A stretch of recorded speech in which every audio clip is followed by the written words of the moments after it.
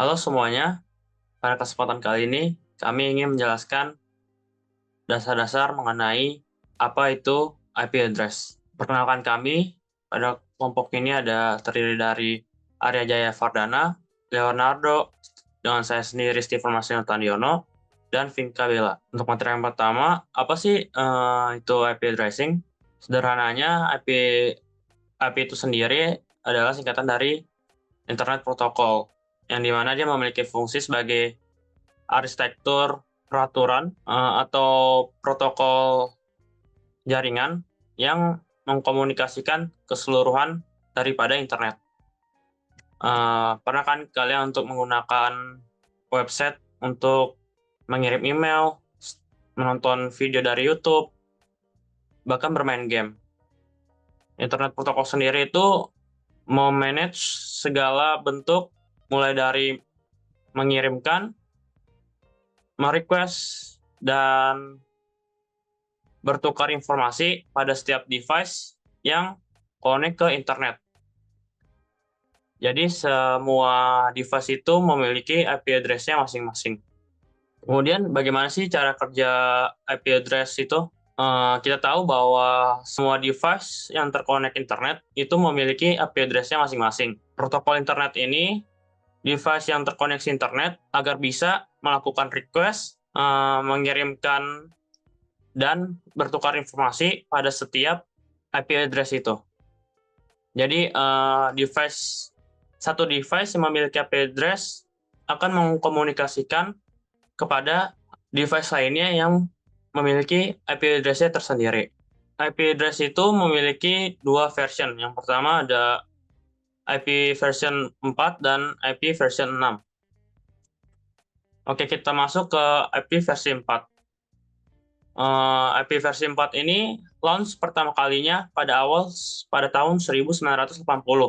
Device connect ke jaringan melalui sistem addressing berdasarkan nomor unik yang berupa dotted decimal notation. Bisa dilihat dari gambar di bawah ini bahwa di sana menggunakan 32 bit skema atau sama dengan 4 bytes. Jadi, jika di total ada 4 miliar kemungkinan IP address itu sendiri. Lanjut ke IP version 6. IP version 6 itu diintroduce pada akhir tahun 1990, di mana IP version 6 ini hadir sebagai solusi dari IP version 4 yang istilahnya bobotnya itu kapasitasnya sudah tidak bisa ditampung lagi. Jadi IP version 6 ini menggunakan notation yang berbeda, yaitu kolon heksadesimal, di mana ini dapat menampung 128 bit yang diformatkan ke 8 groups dari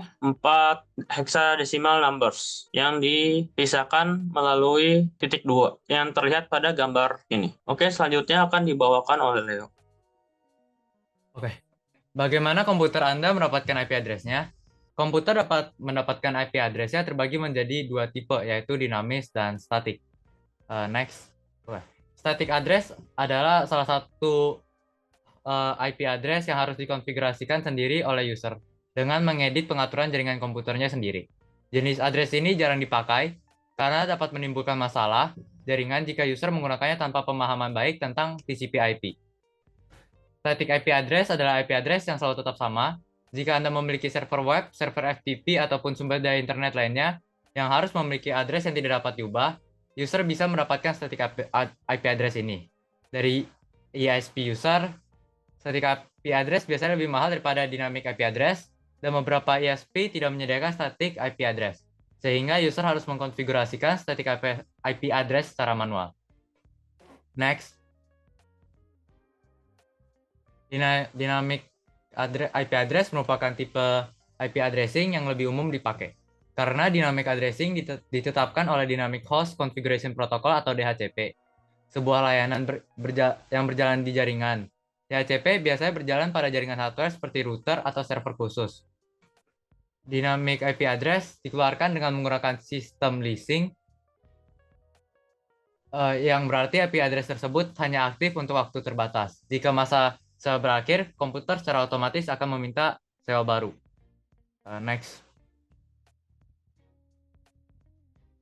Dynamic Host Configuration Protocol atau DHCP adalah protokol internet yang digunakan komputer di jaringan untuk mendapatkan IP addressing dan informasi lainnya seperti gateway default. Saat Anda terhubung ke internet, komputer yang dikonfigurasi sebagai server DHCP di ISP secara otomatis memberi IP address-nya.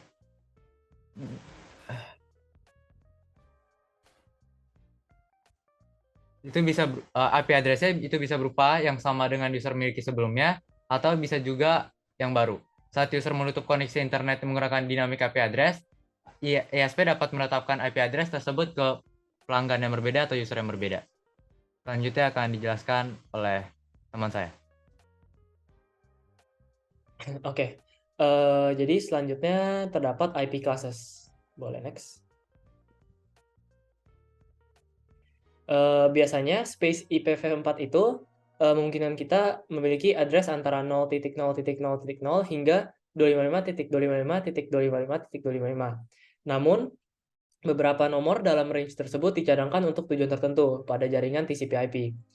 Reservasi ini diakui oleh authority pada TCP/IP addressing, yaitu Internet Assigned Numbers Authority atau IANA. 4 reservasi khusus tersebut merupakan 0.0.0.0. Reservasi ini mewakili jaringan default, yang merupakan konsep abstrak yang hanya terhubung ke jaringan TCP/IP. Selanjutnya terdapat 255.255.255.255. Alamat ini dicadangkan untuk siaran jaringan atau pesan yang harus masuk ke semua komputer di jaringan. Selanjutnya terdapat 127.0.0.1.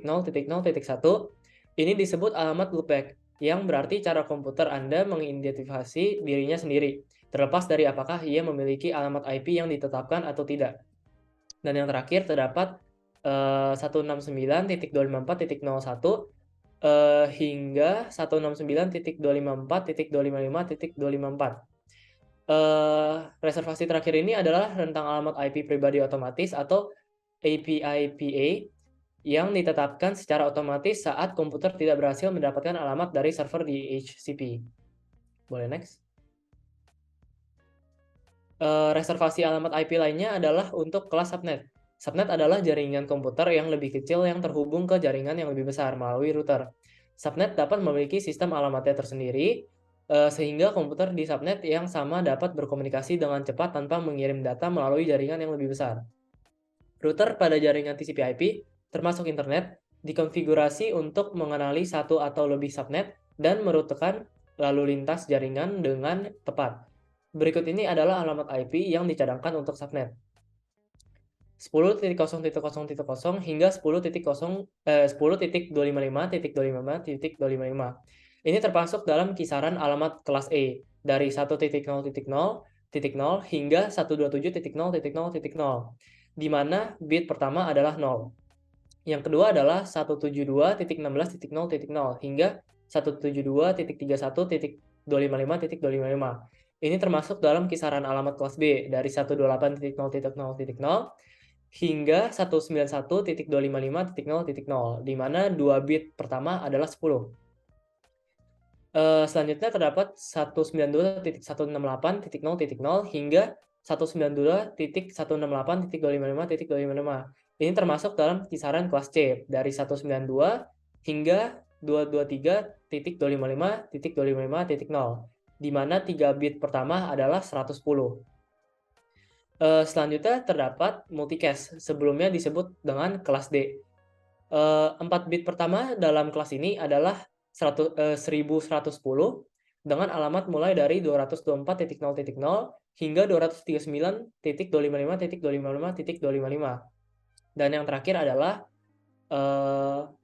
dicadangkan untuk pengurangan mendatang, atau sebelumnya disebut dengan kelas E. Alamat IP pada reservasi ini adalah 240.0.0.0 hingga 254.255.255.254. Selanjutnya akan dijelaskan oleh teman saya. Selanjutnya ada IP address security threats atau ancaman keamanan IP address. Next. Penjahat dunia maya dapat menggunakan berbagai teknik untuk mendapatkan alamat IP Anda. Dua yang paling umum adalah social engineering dan online stalking. Penyerang dapat menggunakan rekayasa sosial untuk menipu Anda agar mengungkapkan alamat IP Anda. Misalnya mereka dapat menemukan Anda melalui Skype atau aplikasi pesanan instan serupa, yang menggunakan alamat IP untuk berkomunikasi. Jika Anda mengobrol dengan orang asing menggunakan aplikasi ini, penting untuk diperhatikan bahwa mereka dapat melihat alamat IP Anda.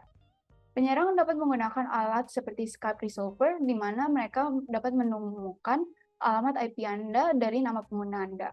Next. Terdapat beberapa ancamannya, yaitu online stalking. Penjahat dapat melacak alamat IP Anda hanya dengan mengintai aktivitas online Anda. Sejumlah aktivitas online dapat mengungkapkan alamat IP Anda, mulai dari bermain video game hingga mengomentari situs web dan forum. Setelah mereka mendapatkan alamat IP Anda, penyerang dapat membuka situs web lacakan alamat IP seperti whatismyipaddress.com, mengetiknya lalu mendapatkan gambaran tentang lokasi Anda. Mereka kemudian dapat merujuk silang data sumber terbuka lainnya jika mereka ingin memvalidasi apakah alamat ID dikaitkan dengan Anda secara khusus. Mereka kemudian dapat menggunakan link ID, Facebook, atau jejaring sosial lainnya yang menunjukkan tempat tinggal Anda, dan kemudian melihat apakah cocok dengan area yang diberikan. Jika penjahat dunia yang maya mengetahui alamat IP Anda, mereka dapat meluncurkan serangan terhadap Anda atau bahkan menyamar sebagai Anda. Penting untuk menyadari risiko dan cara menguranginya. Beberapa risiko lainnya adalah downloading illegal content using your IP address atau mengunduh konten ilegal menggunakan alamat IP Anda. Peretas diketahui menggunakan alamat IP yang diretas untuk mengunduh konten ilegal dan hal lain yang mereka tidak ingin dilacak kembali ke mereka. Misalnya dengan menggunakan identitas alamat IP Anda, penjahat dapat mengunduh film, musik, dan video bajakan yang akan melanggar ketentuan penggunaan ISP Anda. Dan lebih serius lagi, konten yang berkaitan dengan terorisme atau pornografi anak. Ini bisa berarti bahwa Anda bukan karena kesalahan Anda sendiri. Selanjutnya ada tracking down your location atau melacak lokasi Anda. Jika mereka mengetahui alamat IP Anda, peretas dapat menggunakan teknologi geolokasi untuk mengidentifikasi wilayah, kota, dan negara bagian Anda. Selanjutnya ada directly attacking your network atau langsung menyerang jaringan Anda. Penjahat dapat langsung menargetkan jaringan Anda dan meluncurkan berbagai serangan. Salah satu yang paling populer adalah serangan DDoS atau Distributed Denial of Service. Jenis serangan dunia maya ini terjadi ketika peretas menggunakan mesin yang sebelumnya terinfeksi untuk menghasilkan permintaan dalam jumlah besar untuk membanjiri sistem atau server yang ditargetkan. Meskipun serangan ini biasanya diluncurkan terhadap bisnis dan layanan video game, serangan ini dapat terjadi terhadap individu, meskipun hal ini jauh lebih jarang terjadi. Selanjutnya, yang terakhir ada hacking into your device atau meretas perangkat Anda. Internet menggunakan port serta alamat IP Anda untuk terhubung, ada ribuan port untuk setiap alamat IP.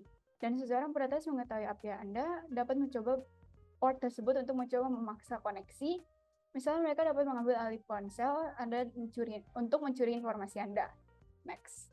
Terima kasih bagi kalian yang sudah menyaksikan video ini. Semoga dengan materi yang dapat kami sampaikan dapat menjadi pengetahuan dasar-dasar mengenai IP addressing. Kurang lebihnya mohon maaf. Terima kasih.